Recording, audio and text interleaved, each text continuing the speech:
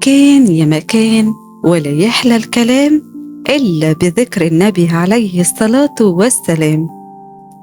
في زمان مش بعيد ومدينة جميلة بيغطيها التلج من كل مكان، مدينة بتحكمها الأميرة إلسا ومعاها أختها الأميرة آنا. وفي يوم من الأيام كان ميعاد فتح وصية الملك، وفيها عرفت الأميرة إلسا والأميرة آنا الكلام المكتوب في الوصية، وهو إنهم يبحثوا عن الأميرة الطيبة ويلاقوها قبل غروب شمس اليوم الثالث من فتح الوصية لتتويجها. وكمان كان مكتوب في الوصية إنهم هيلاقوها لكن في بلاد بعيدة. بصت آنا للأميرة إلسا وقالت: مش لازم نستنى، لازم نتحرك دلوقتي. قالت الأميرة إلسا: ومن الأحسن إن محدش يتعرف علينا. لبسوا ملابس زي ملابس العامة ووصلوا للقطار، وبعدها القطار اتحرك للبلاد البعيدة علشان يبدأوا رحلة البحث عن الأميرة الطيبة. وفي الرحلة قابلوا بنت جميلة شعرها أسود وناعم وجميل، ومعاها لعبتها المفضلة. لعبتها كانت جديدة لأنها بتحافظ على ألعابها محافظة شديدة. وأول ما الأميرة إلسا والأميرة آنا شافوها على طول حبوها. سألتها الأميرة إلسا وقالت: انتي اسمك إيه؟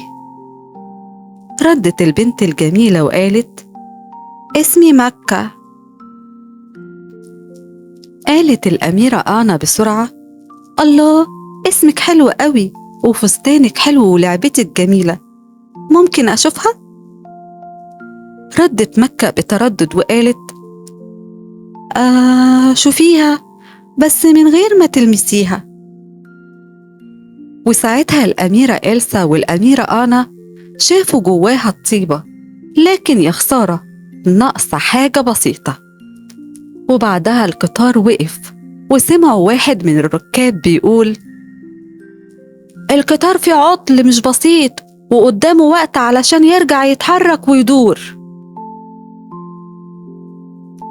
وقتها الأميرات قرروا إنهم ينزلوا ويكملوا الرحلة بنفسهم.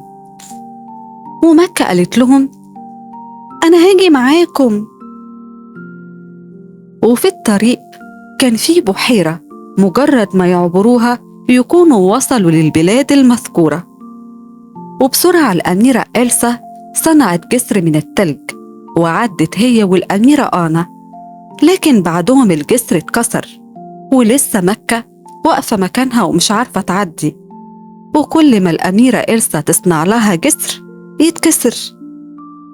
قالت الأميرة آنا: مكة، انتي الأميرة الطيبة اللي بندور عليها، بس ناقصك حاجة صغيرة، لو تكمليها.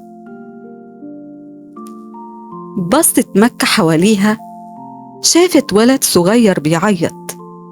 جريت بسرعة وسألته عن سبب حزنه.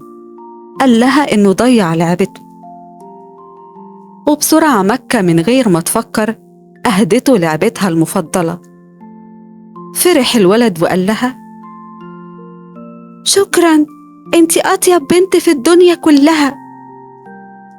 وحست مكة بفرحة كبيرة في قلبها.